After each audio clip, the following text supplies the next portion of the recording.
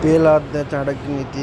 तीनों लोगों के स्वामी सर्वशक्तिमान भगवान विष्णु को नमन करते हुए मैं एक राज्य के लिए नीतिशास्त्र के सिद्धांत को कहता हूँ।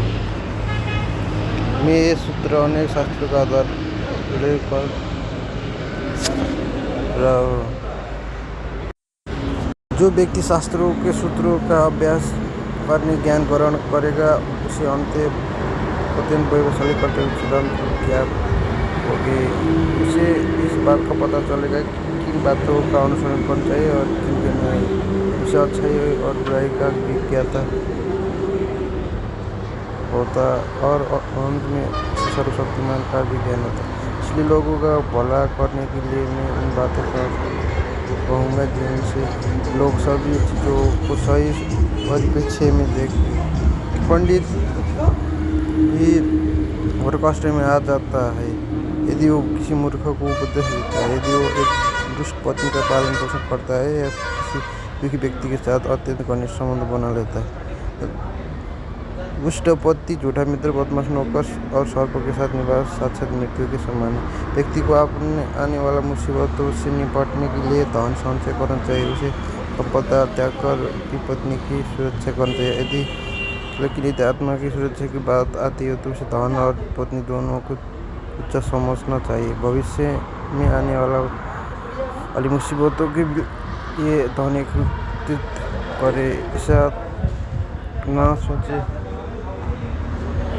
कि धनवान व्यक्ति को मुसीबत कैसे तब धन साथ छोड़ता है। ये तो संगठित धन भी जिसे घटने लगती। उसी देश में निवास न करें जहाँ आपकी कोई इज्जत नहीं हो, जहाँ आप रोजगार नहीं कमा सकते, जहाँ आपका कोई मित्र नहीं और जहाँ आप कोई ज्ञान अर्जित कर नहीं रहे। इसी जगह एक दिन भी निवास न करें जहाँ निम्नलिखित 5 न हो। एक धनवान व्यक्ति, एक ब्राह्मण जो वैदिक शास्त्र में निपुण हो, एक राजा, एक नदी, एक चिकित्सक।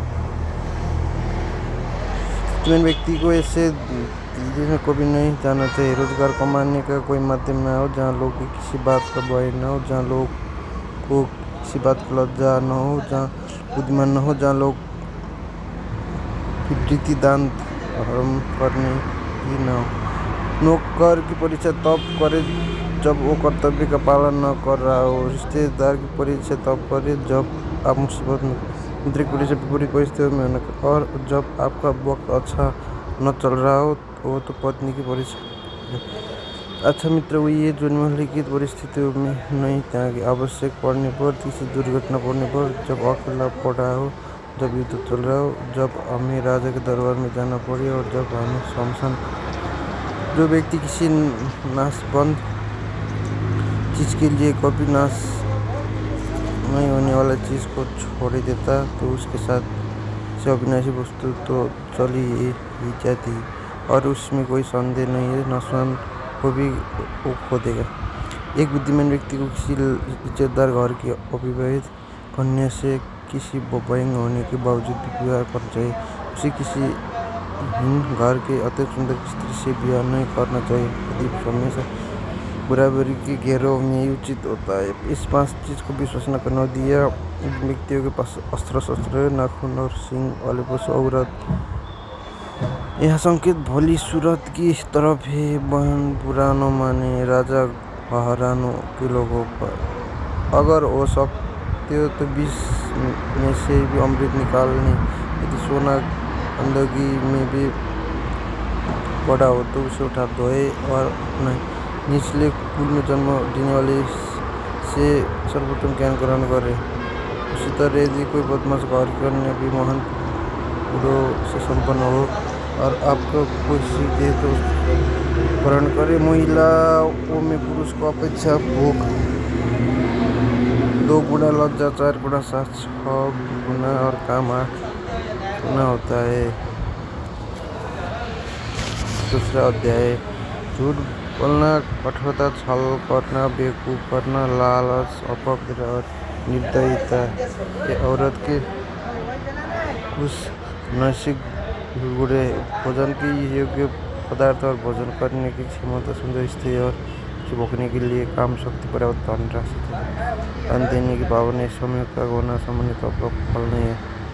उसी व्यक्ति को धरती पर ईश्वर का पोष पा लिया, जिसके पुत्र की रे पत्नी उसकी इच्छा के अनुरूप व्यवहार करती, जिससे अपने घर पर संतोष है। पुत्र हुई है जो पिता का कहना मानता है, पिता हुई है जो पुत्र का पालन पोषण करे, मित्र हुई है जिसके आप विश्वास कर सके, और पत्नी हुई है जिसके प्राप्त। ऐसे लोगों से बचे जो आपके मुंहों पर मीठी बात करते लेकिन आपके पीछे पीछे आपको गलत करने की योजना बना। ऐसे करने वाले विष के घड़े के समान है जिसके ऊपर शहदूत से भरे। एक बुरे मित्र पर तो कभी विश्वास न करे, एक अच्छे मित्र पर विश्वास, क्योंकि यदि ऐसे लोग आपसे रुष्ट होते हैं तो आपका सभी राज से पर्दा खोल देगी। मन में सोचे हुए कार्य किसी के सम्मान प्रकट न करे, बल्कि मन पूर्वक उसकी सुरक्षा करते हुए कार्य पूर्ण कर। पता कहता जवान भी दुखता ही होता, लेकिन सबसे कहीं ज़्यादा दुखता है किसी घर जाकर अहसन लेना है। हर पर्वत पर मणि नहीं होती और हाथी के सर पर मणि नहीं होती, सज्जन पुरुष की जगह नहीं होती और वन्य संतान की वृक्ष होता है। बुद्धिमान व्यक्ति को अपने पुत्रों को शुभ गुणों की सीख देना चाहिए, क्योंकि नीतिक और ज्ञानी व्यक्ति की ही कुल में पूजा होती है। जो माता व पिता अपने बच्चों को शिक्षा नहीं देता है तो बच्चों को शस्त्र के समान, क्योंकि वो विद्याहीन बालक की सभा में वैसे प्रेषित किए जाते हैं जैसे हंसों की सभा में बगुले। लाड प्यार से बच्चों की गलत आदत डालती है, उन्हें कड़ी शिक्षा देने से वो अच्छी आदत सीखते हैं। इसलिए बच्चों को जरूरत पड़ने पर डंडी पर ज़्यादा लाड।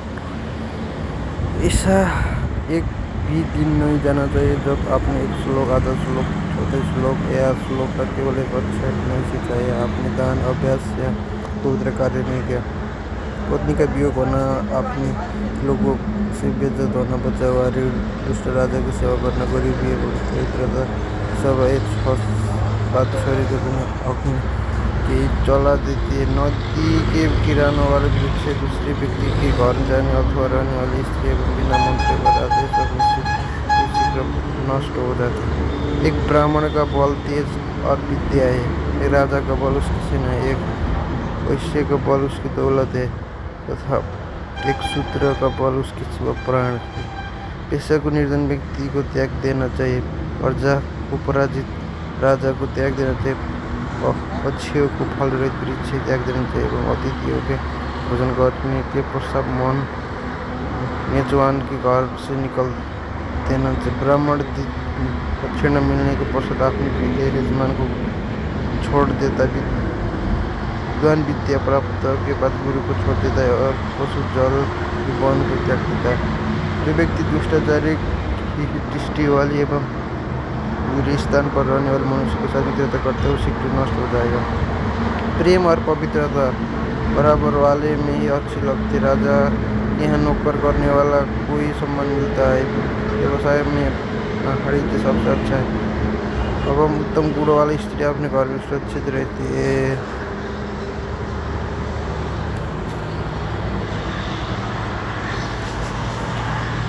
तीसरा अध्याय। इन दुनिया में ऐसा किसका घर है जी कोई इस दुनिया में ऐसा किसका घर है जिस पर कोई कलंक नहीं। वो कौन है जो रोग और दुख से मुक्त है, सदा सुख इसको रहता है। मनुष्य की कुल की ख्याति उसके आचरण से होता है, मनुष्य की बोल चाल से उसके देश की ख्याति होता है। मान सम्मान उसके प्रेम को बढ़ाता है एवं उसके शरीर का गठन से भोजन से बढ़ता है।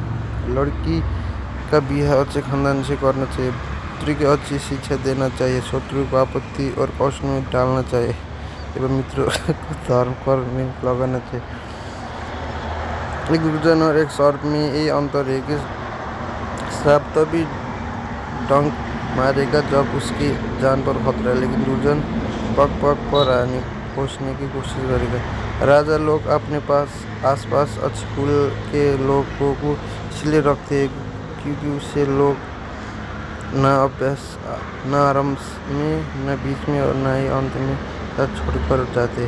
तो प्रलय का समय आता है तो समुद्र भी अपना मर्यादा छोड़कर किनारे को छोड़ तो मोड़ देता है, लेकिन सज्जन पुरुष प्रलय के समान भयंकर आपत्ति एवं विपत्ति में अपनी मर्यादा नहीं होती। मूर्खों के साथ मित्रता नहीं करना चाहिए, उन्हें त्याग देना उचित होता है, क्योंकि प्रत्यक्ष रूप से वो दो पैरों वाला पशु के समान जो अपने धारदार वचनों से वैसे ही हृदय को छलनी करता है जैसे अदृष्ट कांटा शरीर में घुसकर छलनी। रूप और यौवन से संपन्न तथा कुलीन परिवार में जन्म लेने पर भी विद्याहीन पुरुषों पलाश के फूल के समान है, जो सुंदर तो होता है लेकिन खुशबू रहित है। कोयल की सुंदरता उसके गायन में, एक स्त्री की सुंदरता उसके अपने परिवार के प्रति समर्पण है, एक खूबसूरत आदमी की सुंदरता उसके ज्ञान में, एक तपस्वी सुंदरता उसके क्षमाशील में। कुल की रक्षा के लिए एक सदस्य का बलिदान दे, गांव की रक्षा के लिए एक कुल की बलिदान दे, देश की रक्षा के लिए गांव को बलिदान दे, आत्मा की रक्षा के लिए देश का बलिदान। जो उद्यमशील है वो गरीब नहीं हो सकता, जो हरदम भगवान को याद करता है उसके पाप नहीं छू सकता, जो मौन रहता है वो झगड़ा में, जो जागृत रहता है वो निर्भय होता है। अत्यधिक सुंदरता के कारण सीता हरण हुए, अत्यंत घमंडी कारण रावण का अंत, अत्यधिक दान के कारण राजा बलि के बंधन में पड़ना पड़ा। अतः सर्वत्र अति तकना चाहिए। शक्तिशाली लोगों को कौन सा कार्य कठिन है, व्यापारी के लिए कौन सा जगत दूर है, विज्ञान के लिए कोई देश नहीं, मधुभाषी युग के कोई शत्रु नहीं है। जिस तरह हमारा वन केवल एक भी पुष्प एवं सुगंध भरे वृक्ष के महक जाता है, उसी तरह एक भी गुणन पुत्र वे कुल का नाम बढ़ाता है। जिस प्रकार केवल एक सूखा हुआ जलता वृक्ष संपूर्ण वन को जला देता है, इस प्रकार एक ही पुत्र सारे कुल के मान मर्यादा प्रतिष्ठा को नष्ट कर देता है। धन एवं सदाचारी एक ही पुत्र के कारण संपूर्ण परिवार वैसे ही खुशहाल रहता है जैसे चंद्रमा की रात्रि जगमग रहती। एक अनेक पुत्र किसी काम को जो दुख और निराश पैदा कर रहे उससे तो वो एक ही पुत्र अच्छा है जो संपूर्ण घर को सहारा। 5 साल तक पुत्र को दंड एवं प्यार से पुत्र को लाड़ एवं प्यार से पालते हैं। 10 साल तक उसे छड़ी की मार से डराए, लेकिन जब वो 16 साल का हो जाएगा उसके मित्र का समान व्यवहार करे, वो व्यक्ति सुरक्षित रह सकता है जो नीचे ही कोई परिस्थिति उत्पन्न होने पर भाग जाए।